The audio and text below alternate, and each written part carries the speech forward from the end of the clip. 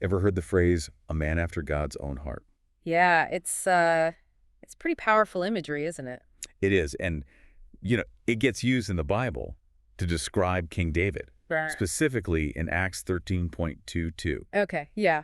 I heard that before. So today we're taking a deep dive into what that actually means. Why did David get that label, and what can we learn from him? Sounds good. Like, what can we take away from this for our own lives? Right, exactly. And we've got some really fascinating material that dives deep into this whole idea. Oh, interesting. Yeah.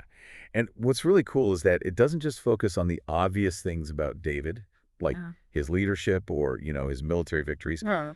It really hones in on something specific that he was totally committed to, something that God clearly valued deeply. And that was the Ark of the Covenant. Ah, okay, the Ark of the Covenant. That's a big one. Right. So for those who might need a little refresher, the Ark of the Covenant was this super sacred chest that held the Ten Commandments. Right. And our sources point out that for a pretty long time, over 20 years actually, during the reign of King Saul, the Ark wasn't in some prominent place. Oh, really? Yeah, it was actually kind of tucked away in a town called Kirjath-Jearim. We see that in 1 Samuel 7:2. Okay. But David, he wasn't cool with that. Like, he had this real fire in him to bring the Ark back to Jerusalem. Hmm. So why was he so passionate about it? Like, what was driving him? Well, the source material talks about this vow that David made, Mm-hmm. like a serious, intense promise to bring the Ark to Mount Zion in Jerusalem. Mm-hmm. And it wasn't just about, moving a religious artifacts from point A to point B. Right. I'm sure there was a deeper meaning there. Exactly. The sources we're looking at suggest it was deeply symbolic. They draw this really interesting contrast between Mount Zion and Mount Sinai. Oh, okay. I'm intrigued. Right. They say that Mount Zion represents God's grace, Uh-huh. whereas Mount Sinai, that's more associated with his law, the Ten Commandments. So you've got this powerful visual of these two mountains and what they stand for. Wow. Yeah, I see that. And our sources even quote Psalm 132.14, where God himself talks about Zion, saying, "This is my resting place forever. Here I will dwell, for I have desired it." Powerful words. So it wasn't just David's idea. It was something that God clearly wanted to. Absolutely. And here's where it gets even more fascinating. Our source goes on to introduce this really cool concept. They talk about the Ark of the Covenant being what they call a type. A type. Like, what does that mean? Basically, they're saying it's a symbol or a foreshadowing of something greater to come. It's like a prefigurement. Okay. So how does that apply to the ark? Well, they argue that the Ark, in a way, represents Jesus Christ and his finished work, as they put it. I see. So David's desire to bring the ark back to Jerusalem wasn't just about a physical object. Right. It was about prioritizing God's presence, which in this light foreshadows how important it is to make Jesus Christ central in our lives. Okay. Yeah, that makes sense. And the source goes even further and makes a pretty bold statement. They say that David's dedication to the ark was the secret to his blessings. Wow, the secret to his blessings. So they're directly linking his actions to his experience of God's favor. Exactly, because David was so focused on what mattered most to God, God's presence, he received abundant blessings in return. And this is where the source speaks directly to you, the listener. Oh, interesting. It suggests that by following David's example, you too can be after God's own heart. And they're not saying you have to go find an ark and move it somewhere. Yeah, right. The point is to prioritize Jesus, make him the center of your life. They even use the image of him being the centerpiece of everything. I like that. So we see this playing out in David's life, but the source doesn't stop there.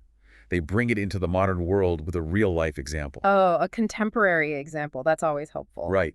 They tell the story of a woman named Jillian from New Jersey and her husband. And they went through a really tough experience.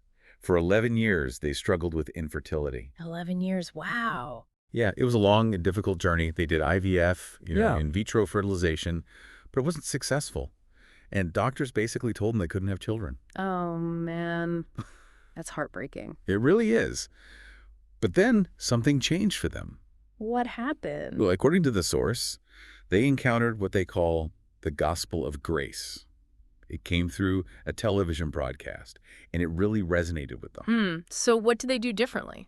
Well, they made a conscious choice to put Jesus in the center of their lives, as Gillian puts it. Okay, yeah, like we were talking about with David and the ark. Exactly. And they started to believe that Jesus has paid the full price for us to have whatever we need through him. according to Gillian. I see. So their focus shifted from their own efforts and limitations to what Jesus had already done for them. Exactly. And then there was this pivotal moment where Gillian heard a sermon about something called an anointing to have children. Okay. And according to the source, she just immediately believed it. She fully embraced the message. And then what happened next is pretty amazing. What? Tell me. Gillian became pregnant after being told it was medically impossible. That's incredible. I know, right? And it's important to note, this is just one person's story. Right. But within the context of the source material, it illustrates that principle we were talking about. Putting Jesus at the center can lead to incredible blessings. Yeah, I see that. But it didn't stop with the pregnancy. Yeah. Jillian also saw her business grow, and she says she experienced a deeper sense of being truly God's beloved. Wow, so it was a holistic change. Absolutely. And that brings us to the message the source really wants to drive home. Okay. What's the takeaway? They're encouraging you, the listener, to make Jesus, his finished work and his grace, the center of everything in your life. Like everything. Your marriage, your family, your work, your finances, every single part of your life. They're really going for the whole picture, huh? They are. And they say that when you do this, you open yourself up to experience the fullness of his blessings flowing into your life. So, just to wrap things up, we see that David being called after God's own heart wasn't just some random praise. It was deeply tied to his commitment to bringing the symbol of God's presence, first the ark, and now, as our source suggests, Jesus into the center of everything. Right. And the challenge for you, the listener, is to think about how you can do the same in your own life. How can you bring Jesus and his grace more into your everyday experiences, your decisions, and your relationships? Our source material suggests that this can lead to a deeper connection with him and greater blessings in all areas of your life. So here's something to ponder as you go about your day. What's one area of your life that could really benefit from placing Jesus and his grace right at the very center? Think about that. Thanks for joining us on this deep dive. It's been a pleasure.